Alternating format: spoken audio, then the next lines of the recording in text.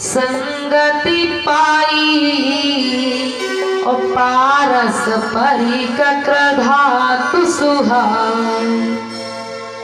कोई कितना भी मूर्ख प्राणी क्यों ना हो, लेकिन यदि भगवान के प्रांगण में आता है, भगवान की सानिध्य में आता है, गुरु की शरण जाता है, तो जीवन अवश्य सफल हो जाता है। कैसा भी प्राणी हो, जिस प्रकार से किसी पारस बटिया में जो लोहा लग जाता तो वो भी भक्तों सोना बन जाता, उसी प्रकार से जो भगवान के सानिध्य में जाता है, गुरु की शरण जाता है, संतों के सानिध्य में जाता है, तो कितना भी मूर्ख क्यों ना हो, वो भी जैसे लोहा पारस बटिया में लगते सोना बन जाता, उसी प्रकार से मूर्ख प्राणी भी ज्ञानी बन जाता है। ऐसी भगवान की कथा होती है।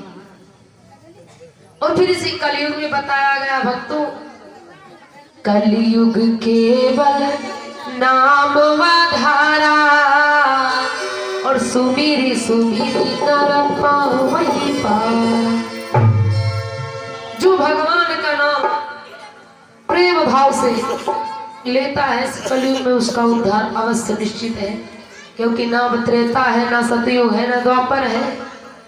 सतयुग की कथा आप सुनो, अगर लोग मन में भी सोच लेते थे किसी के प्रति बुराई, पाप लग जाता था, मनसा पाप चलता था सतयुग में। महाराज बासुक ने मन में अपनी कन्या को देख करके भक्तों सोच लिया था,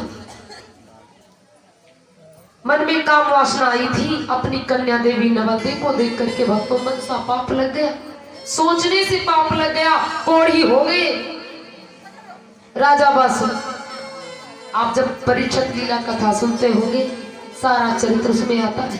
सतयुग की बात थी। द्वापर में लोग युगों युगों तक तपस्या पूजा पाठ यज्ञ करते थे, जरा भी चूक हो जाती थी पाप लग जाता। त्रेता में तप का भाव था, लेकिन जो हमारा कलयुग है ना, तपस्या की जरूरत है, न मनसा पाप की जरूरत है, न यज्ञ करने की जरूरत। इसमें तो हृदय का भाव चाहिए, प्रेम से राम नाम गुणगान। जो जितने प्रेम भाव से राम का नाम लेता, उसके जीवन में उतना ही आनंद है, उतना ही जीवन का कल्याण है। क्योंकि भक्तों, हमें भगवान के शरण में जाना चाहिए, कथा भागवत सुननी चाहिए, करना चाहिए।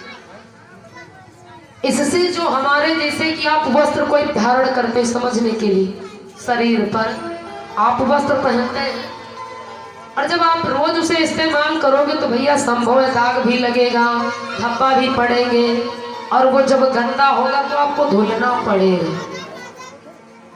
और जब धुलते रहोगे तो सफाई होती रहेगी, तो आपका वस्त्र अच्छा रहेगा। और यूज आप रोज करो वस्त्र को, लेकिन धुलो कभी ना, तो क्या दाग छूटेगा, गहरा बन जाएगा। और एक दिन ये चुनरी ही, कबीरदास जी कहते हैं, शरीर को चुनरी के रूप में बताया कि है मानो ये सुंदर सी चुनरी और बड़ी स्वच्छ, जैसे दुकान से आप खरीदते तो बिल्कुल नया नया वस्त्र पाते, ना कोई दाग ना कोई धब्बा, कोई प्रकार का उसमें अवगुण नहीं रहता। लेकिन जब आप लाते हैं भक्तों, तो उसे यूज करते हैं तो संभव है इसमें दाग लगेंगे, और जब दाग लगेंगे तो हमें साबुन इत्यादि की जरूरत होती सफाई के। तो राम कथा क्या है? साबुन है चुनरी को दाग धोने के लिए, इस मन को साफ करने के लिए राम कथा हमारा साबुन है, इसकी जरूरत है। अगर हम बराबर इसे धोते रहेंगे तो हमारी चुनरी में ज्यादा दाग नहीं लगेगी, सफाई होती रहेगी, ज्यादा कुछ नहीं विलंब होगा। क्योंकि भक्तों आए हो संसार में तो यही एक सच्चाई कि एक दिन जाना होगा। सबको मालूम है कि एक दिन जाना है, तो फिर हम संसार में क्यों भटके, नाम बता दो क्या क्यों बोझ अपने संसार का अपने सर पर रखे।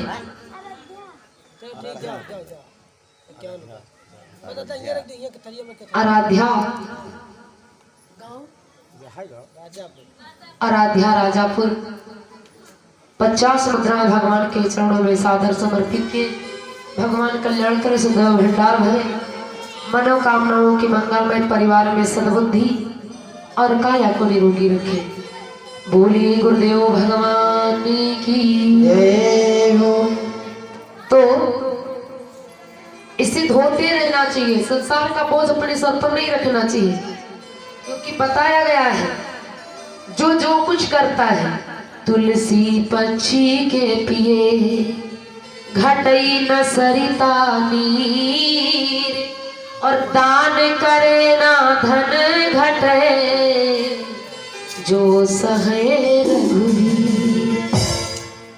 जो जैसी परिकल्पना हृदय में रखता है, अगर आप ज्ञान बांट रहे भक्तों विचार करना, आप किसी को ज्ञान दे रहे हैं तो आपके पास ज्ञान की बढ़ोतरी होगी, ज्ञान बढ़ता जाएगा। और ना मानो आप ज्ञानी बन जाओ पढ़ लिख करके और घर में बैठो फिर कभी किसी को कुछ बताओ ना ज्ञान के बारे में, आपका ज्ञान बढ़ेगा नहीं, वहीं पर अस्त हो जाएगा, बढ़ेगा नहीं। और यदि तुम्हारे घर में धन है और तुमने नारायण के चरणों में अपना धन नहीं लगाया, वो धन भी एक दिन अस्त हो जाएगा, क्योंकि लक्ष्मी किसकी है? नारायण की। लक्ष्मी नारायण की है और जो लक्ष्मी को अपना मानता है उसी के घर में लक्ष्मी अस्त होती है, उसी के घर से लक्ष्मी जाती है, क्योंकि लक्ष्मी है नारायण की। अगर तुम्हारे घर में है तो इनसे काम लो, साईं इतना दीजिए कि सब मेरा कल्याण हो जाए और इतना अधिक ना दो कि अनर्थ हो जाए। तो भगवान से इतना मांगो जिसमें अपना खर्च चल जाए, परिवार चल जाए, नातेदार रिश्तेदारों का काम हो जाए, और फिर जो लक्ष्मी बचे वो भगवान के चरणों में लगा देना चाहिए, क्योंकि जिनके घर में हो गया अधिक सोना उनका हो गया सोना बेकार। हाँ, अधिक धन है तो अगर रात में चूहा खटपटाए दे तो जान लो ना नींद ना आई। तो धन जिनका है उन्हीं के पास सौंप दो, हमको नहीं जरूरत, बस मालिक इतना करो कि हमारे घर में कोई कार्य रुके ना, कोई हमारा काम ना बिगड़े, सब काम बनते रहे और जितना फिर धन है सब भगवान के चरणों में देते रहो। जो भक्त ऐसा करते हैं उनके घर में कभी लक्ष्मी निराश नहीं होती, सदा सदा के लिए लक्ष्मी ठहरी रहती, क्योंकि उनको नारायण से मिलाते रहते हैं। और जिनके घर में धन है और वो अपना बना करके बैठ गए, नारायण तक नहीं मिलाया, उनको नारायण तक नहीं पहुंचाए, क्योंकि जो लक्ष्मी नारायण के कार्य में लगे वही शुभ लक्ष्मी वही जीवन का कल्याण करेगी। तो हमें भगवान पर सब छोड़ करके भगवान पर निर्भर रहना चाहिए। आइए कथा की ओर ध्यान देते हैं। रात्रि के वेला में प्रभु श्री रामचंद्र जी चित्रकूट की पावन भूमि पर अपना समय व्यतीत कर रहे हैं। मैया भैया के साथ भैया भरत जाते हैं अयोध्या की प्रजा लेकर के, और भगवान श्री रामचंद्र जी के चरण पादुका लेकर के आते अयोध्या के राज सिंहासन पर। भैया भरत नंदीग्राम में, अयोध्या की राजधानी में भैया भरत नहीं है ना, नंदीग्राम में सुंदर सी कास फूस की मड़ैया बना करके अपना समय व्यतीत कर रहे भाई के लिए। ऐसा भाइयों में प्रेम होना चाहिए। कभी भाई का धन भाई को खाना नहीं चाहिए। जो भाई का धन खाते तो ये जन्म तो जाने दो, अगले जन्म में आकर के उन्हें अदा करना ही होगा, चाहे वो पुत्र बन करके आए, चाहे नारी बन करके आए, चाहे कोई तुम्हारा दोस्त बन करके आए। जितना आप कर्जी बनोगे उतना वो आकर के तुमसे ले लेंगे, बिल्कुल प्रमाण है। विचार करो, उदाहरण के लिए आपके यहाँ कभी कभी देखते हैं किसी किसी के यहाँ ऐसे बच्चे हो जाते हैं कि संसार में आते वक्त हॉस्पिटल में कैद भर्ती हो गए और लगभग में 10 दिन में 10 लाख रुपए, नहीं 10 लाख तो 5 लाख जरूर, और मतलब कोई नहीं निकले, और 10 दिन में 5 लाख लेके और राम नाम सर। अब बताओ अदा करे नहीं आया तो का तुमका कुछ दिए है, कोई मतलब भी नहीं निकला, और आपका धन भी लगा, समय भी लगा, और सारा धन वो तुम्हारा खींच ले अपने द्वारा। तो इसलिए कभी किसी का धन नहीं खाना चाहिए, अपनी मेहनत का खाओ, अपना खाओ, पराये पर नजर मत फेरो। यदि तुम 10 का लेते हो तो तुम्हारे 20 जाते हैं, बस समझने की कोशिश करना। अगर आप गलत नहीं करोगे तो जीवन में गलत हो ही नहीं सकता। सदा धर्म का पालन करना चाहिए। देखिए भाई भाई की भावना, एक भाई राज्य का उदासी हुआ तो एक भाई राज्य का त्यागी हो गया। लेकिन जिनकी कथा बहुत कम आती है मानस में, भैया शत्रुघ्न जी की बहुत कम चर्चा है। लेकिन मेरे भैया शत्रुघ्न जैसा भी कोई नहीं भक्त हुआ। बताओ, जिसके पास सामान भी हो और काम भी हो समान, और फिर भी वो समान से काम न ले। भैया है अयोध्या में शत्रुघ्न जी, अयोध्या की राज भी है, प्रजा भी है, लेकिन भैया भारत से कोई, भैया शत्रुघ्न से कोई मतलब नहीं है। जैसे अयोध्या की प्रजा वैसे भैया शत्रुघ्न जी रहे। इससे बड़ा त्याग क्या हो सकता है? यही भावना होनी चाहिए। कभी किसी के धन पर मोह मत करना, ये जीवन के लिए बड़ा हानिकारक तत्व है। मेरे राघव चित्रकूट में विराजमान, मन में विचार करते हैं। देखिए, पति का कर्तव्य पत्नी के प्रति क्या बनता है, ये बात मेरे राघव ने चित्रकूट में प्रकट की। मन में विचार किया कि हमारी जानकी एक महाराज जनक की कन्या है, राजभवन की राजवधू है और राज दुलारी है, और कितना मेरे से प्रेम किया। बताओ, एक राजा की राजवधू और एक राजा की राजपुत्री, और मेरे साथ इतना बड़ा प्रण। हरिओम सीताराम। राघव ने मन में सोचा, हमारी जानकी ने आज तक कोई श्रृंगार नहीं, और सबसे सुंदर पावन पुनीत कोई है नारियों का तो वो है श्रृंगार। भगवान ने एक नारी की भावना को समझा। मेरे राघव ने मन में विचार किया कि हम सभी का एक फकीरों का बाना है, और यहाँ पर मेरी जानकी ने कोई श्रृंगार जब से अयोध्या से निकली नहीं किया। मन करता होगा मेरी जानकी का। राघव ने चित्रकूट में सुंदर सुंदर कलियां चुनी फूलों की, और समस्त श्रृंगार अपने हाथों से बनाया। कान के कुंडल, गले का हार, बालों के गजरे और हाथ के कंगन, कमर की करधनी, सारा श्रृंगार मेरे राघव ने अपने हाथ से फूलों का बनाया। जानकी मैया को पिन्हाया। वैसे भी जानकी मैया को गोस्वामी जी कहते बड़ी सुंदर, बड़ी सुंदर। सुंदरता कहा सुंदर करई, और मणि जमु दीप शिखर जमु करई। इतनी सुंदर मेरी जानकी माँ। फिर भी जब मेरे राघव ने श्रृंगार किया, एक बार मन में दृश्य लाओ, कितनी सुंदर लगी होगी मेरी माँ। जानकी बड़ी सुंदर है। गोस्वामी जी ने भाव दिया कि एक बार चुनी कुसुम सुहाए, एक बार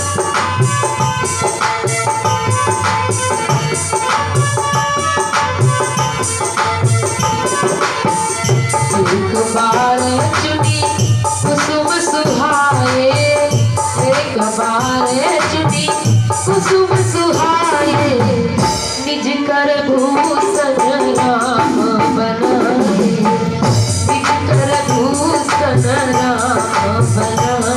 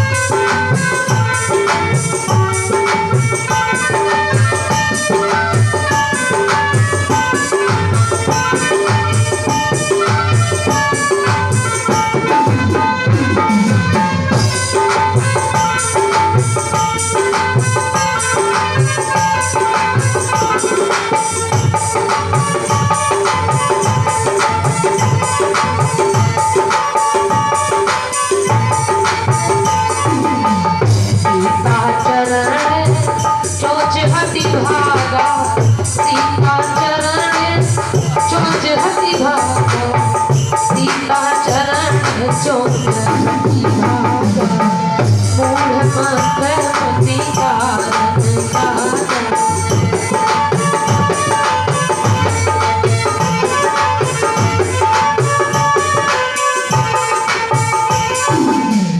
गोस्वामी जी ने भाव दिया।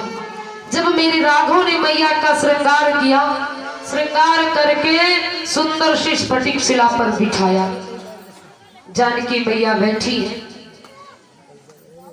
भगवान श्री रामचंद्र जी मैया जानकी की जांघ पर, यानी जो मोटा वाला पांव होता है इसको जांघ कहते हैं, जानकी की जांघ पर भगवान श्री रामचंद्र जी अपना शीश रखे मस्त, आज निद्रा की भांति बड़ी मस्ती में लेटे हुए।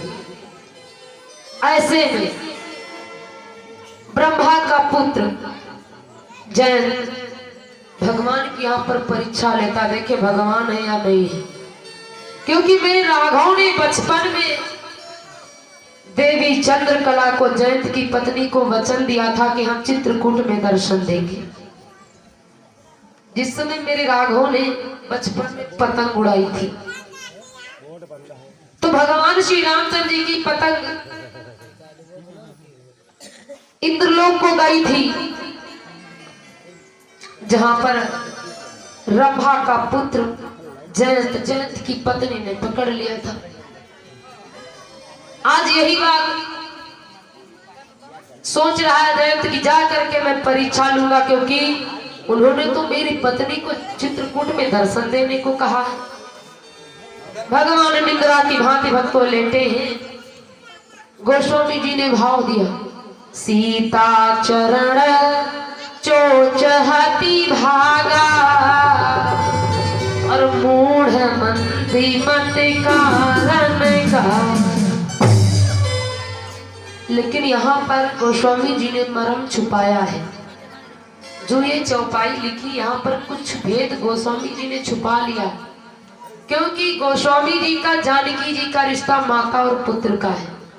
हमारे बाबा गोस्वामी जी जानकी जी को मां मानते हैं, इसलिए यहाँ पर मर्म छुपाया है, लिख दिया है सीता चरण चोच हति भागा।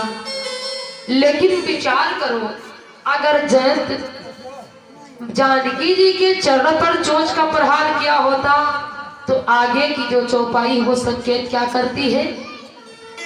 आगे की चौपाई संकेत करती है पूरा पूरा मरम, चला रुधिर रघु नायक जहाना उसी का धनुष सायक संधान।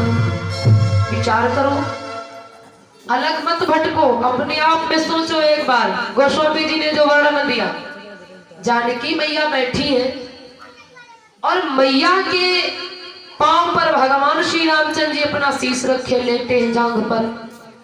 तो अगर चरण तो नीचे है और भगवान के नेत्र तो इस वक्त ऊपर रहे होंगे। अगर कोई लेटता है तो नीचे थोड़ी ना नजर होती, नजर ऊपर को होती है। और गोस्वामी जी कहते चला रुधिर रघुनायक जाना, इसका मतलब चरणों पर चोंच नहीं मारा है जयंत ने। जयंत ने माता जानकी के आंचल पर चोंच का प्रहार किया, वक्ष स्थल पर।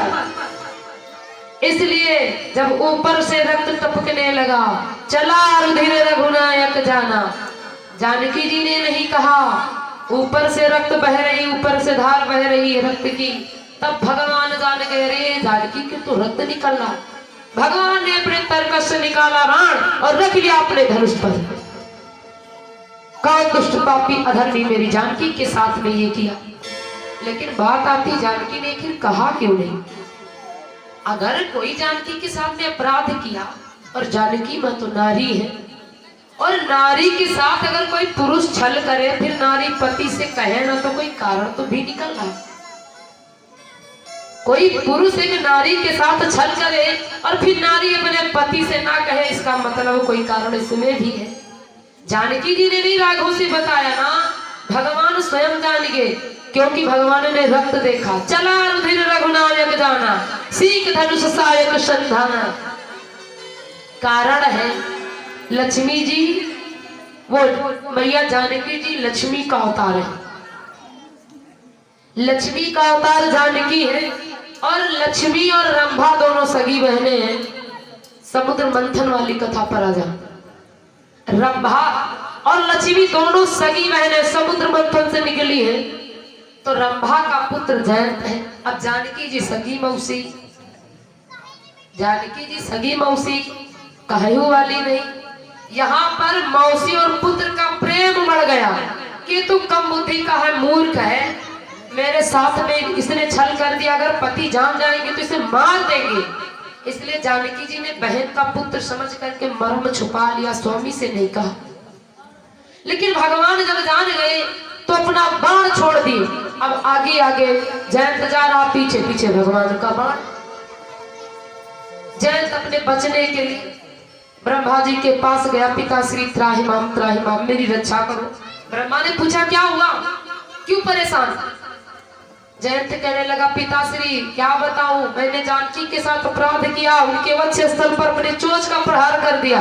ब्रह्मा जी हाथ जोड़े, ना मेरे बस का नहीं है, मैं नहीं बचा सकता। जिसको भगवान मारना चाह रहे हैं उसे संसार में कौन बचा सकता है? कैलाश गया दौड़ते दौड़ते, भोले बाबा ने यही बात कही, मैं नहीं बचा सकता। जो भगवान से अपराध करते हैं उनको फिर संसार में कौन बचा सकता? ब्रह्मा जी के पास गया, ब्रह्मा जी ने इनकार कर दिया। भोलेनाथ के पास गया, भोलेनाथ ने इनकार कर दिया। क्षीर सागर गया, महाराज मेरी रक्षा करो, मुझे बचाओ, मेरे प्राण अस्त हो जाएंगे। राघव ने बाण छोड़ दिया। उन्होंने कहा भैया मेरे पास कोई उपाय नहीं है। अब जयंत बड़ा व्याकुल, तीनों लोकों में बड़राता हुआ बड़ा व्याकुल। मार्ग में मिल गए बाबा नारद। गोस्वामी जी ने भाव दिया कि चला धीरे कि नारद देखो बिकल जयंता, लागी दया कोमल चित्ता, लागी दया कोमल चित्ता।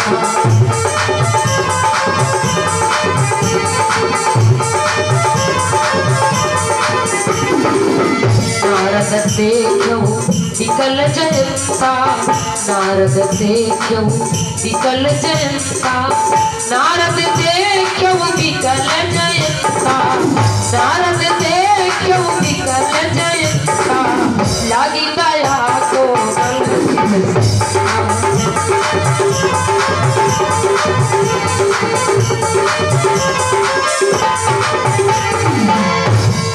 नारद ने जैसे देखा संत है, क्योंकि जो काम संसार में संत कर सकते हैं वो काम कोई देवता नहीं कर सकता। नारद ने जब देखा जयंत बड़ा व्याकुल है, जयंत क्या हुआ, क्यों इतना परेशान? जयंत चरणों में गिर गया, मुनि महाराज क्षमा करो क्षमा करो, मैंने अपराध किया है। क्या कर डाला, कैसा अपराध किया? जयंत ने बताया नाथ हमने जानकी के ऊपर अपनी चोंच का प्रहार कर दिया, वो भी गलत कर दिया, उनके आंचल पर चोंच मारी। भगवान मुझे मारना चाह रहे, अपने बाण छोड़ दिए, मेरी रक्षा करो। देखिए ब्रह्मा विष्णु महेश तीनों ने कोई युक्ति उपाय नहीं बताया। नारद कहने लगे सुनो, अगर भगवान मारना चाह रहे तो तुम्हें संसार में कोई बचा तो सकता नहीं, क्योंकि तुमने अपराध किया है। इसलिए एक उपाय बहुत अच्छी, जाओ जिनके साथ तुमने अपराध किया है और जो तुम्हें मारना चाह रहे हैं उन्हीं के चरण में चले जाओ, सीधे शरण में जाओ, तुम्हें कल्याण हो। जयंत भक्तों जैसे नारद के द्वारा सुना गया, भगवान श्री रामचंद्र जी के चरणों में लाठी की भांति जयंत गिर गया। नाथ मुझे क्षमा करो, मैंने अपराध किया, मैंने अपराध किया। और बात सही है, अगर कोई अपराध हो जाए, और वैसे संभव है अपराध होना, और यदि अपने अपराध की माफी मांग ली जाए तो भक्तों कल्याण है। और अपराध भी किया जाए, छुपा भी लिया जाए तो कल्याण नहीं, वो जहर बन जाएगा जीवन के लिए। जयंत अगर नारद से नहीं मिलता, नारद उपाय नहीं बताते तो इसकी मृत्यु निश्चित थी। लेकिन जब भगवान के शरण में गया ना, मेरी रक्षा करो, जो आपकी इच्छा हो वो करो, आपकी शरण में मैं। और कहते जो शरण भगवान की शरण जाता, भगवान उसे क्षमा करते, कितना भी पापी कपटी लोभी क्यों ना हो, लेकिन यदि भगवान की शरण चला गया तो भगवान उसे एक बार अवश्य क्षमा करते। भगवान को दया आ गई, जयंत अपराध तो किया है लेकिन अब ये क्षमा मांग रहा।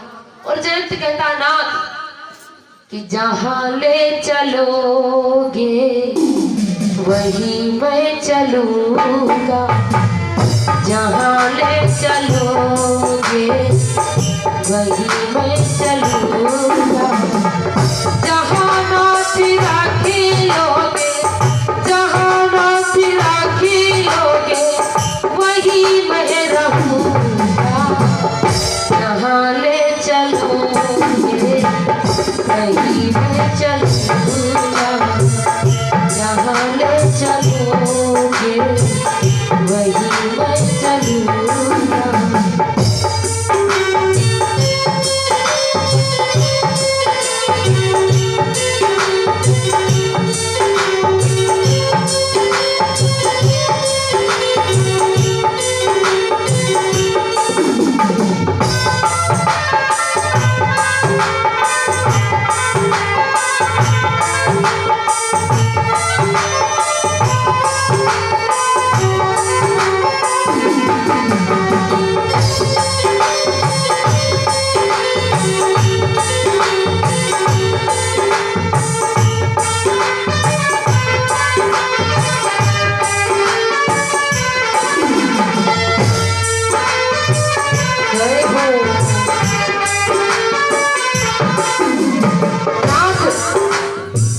ये जीवन समर्पित चरण में तुम्हारे, ये जीवन समर्पित,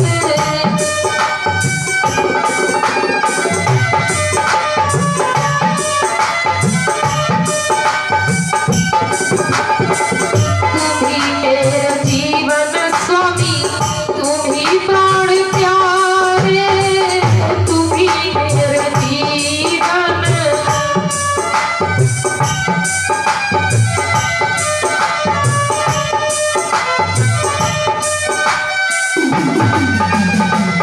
तुम्हें छोड़ राम जी, तुम्हें छोड़ प्रभु जी, किससे कहूँगा, जहाँ नाथ रख लोगे वहीं मैं रहूँगा, जहाँ नाथ रख लोगे वहीं मैं रहूँगा।